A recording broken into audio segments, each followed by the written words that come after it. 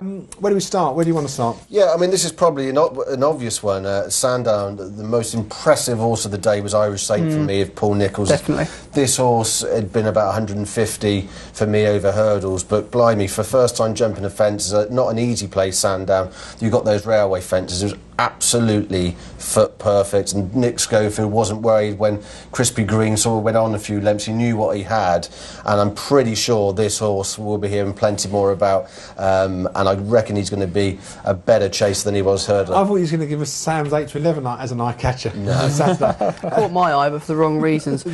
Sam. Yeah, no, the one that I think we all have to take out of last week was the victory that wasn't in the Badger Ales for the young master. What on earth's going to happen? The BHA have got a meeting Thursday because this horse has entered. I'm going to Cheltenham Friday. It's entered to run, but obviously we don't know what it's going to run off because they're going to have to. £14 rise, I think. Well, they don't know what they're going to do because obviously, did you then disqualify them from the race but still give them the rise?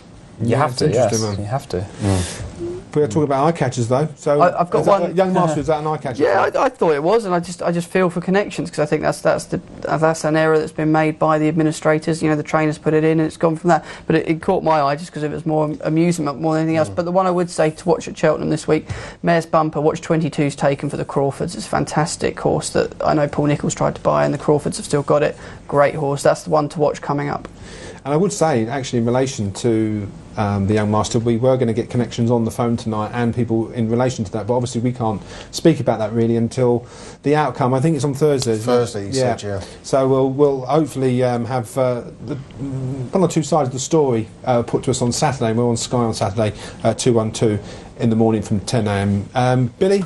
Yeah, the producer didn't brief me on this bit, so I'm going a bit from memory. Okay. But just the par who ran in the race, Sam just mentioned, who ran in that race, he was quite well back late. He was about 12 to 1 when I tipped him on the show. He didn't do that well. He was 5th, but he travelled quite well for a long way. And didn't look great. 6 looked great. 6 to 1. I'll say he's nice staying tight. Yeah. And he'll win races. I do think he'd be better on galloping tracks, somewhere like Newbury, where he's ran well before. I think those twists and turns, I don't think quite he's built for that. But No, he's got a big horse. track. There's a couple that I had. 2 of them actually won, another one didn't, and I'll come to you in a second. Gil Gamboa, I thought was. I watched the race in Ireland, and lovely chaser there for Ed Bolger.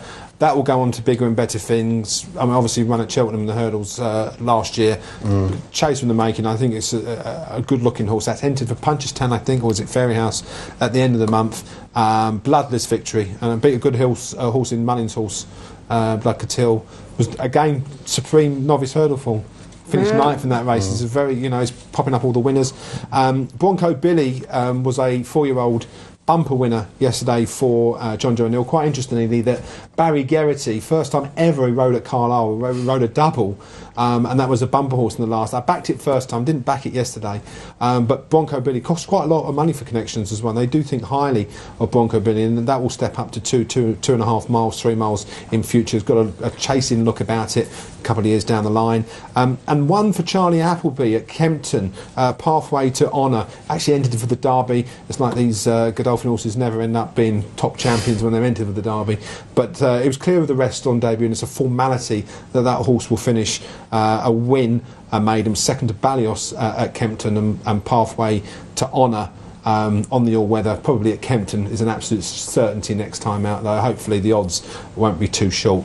Matt, any more eye-catchers? Yeah, I think Workbench, who ran in the Badger Ales on Saturday, was an eye-catcher. He ran in behind John Spirit, actually, and that's what kind of has got me to think John Spirit must have a massive chance, because Workbench... It has! John Spirit has! He travelled into that race like a good horse, was with him. I didn't fancy for the race because he looked like he blatantly wouldn't stay that kind of distance, but I think the horse is well handicapped and will be winning over trips of like 2 miles, 6 furlongs, but he's definitely a well handicapped horse. And he is an eye catcher. The trip wise, I don't think he'd quite get 3 miles, but 2 miles 6, maybe they come back to 2.5 miles. But he looked in between that. 2.5 miles looked like he travelled well and could quite quicken up with him. But I think 2 miles 6 he'd be winning. Does hold an entry at Cheltenham, but I don't know if he'll be taking it up. One at Cheltenham that runs is one we all know about is Deputy Dan, who obviously came back at Fontwell.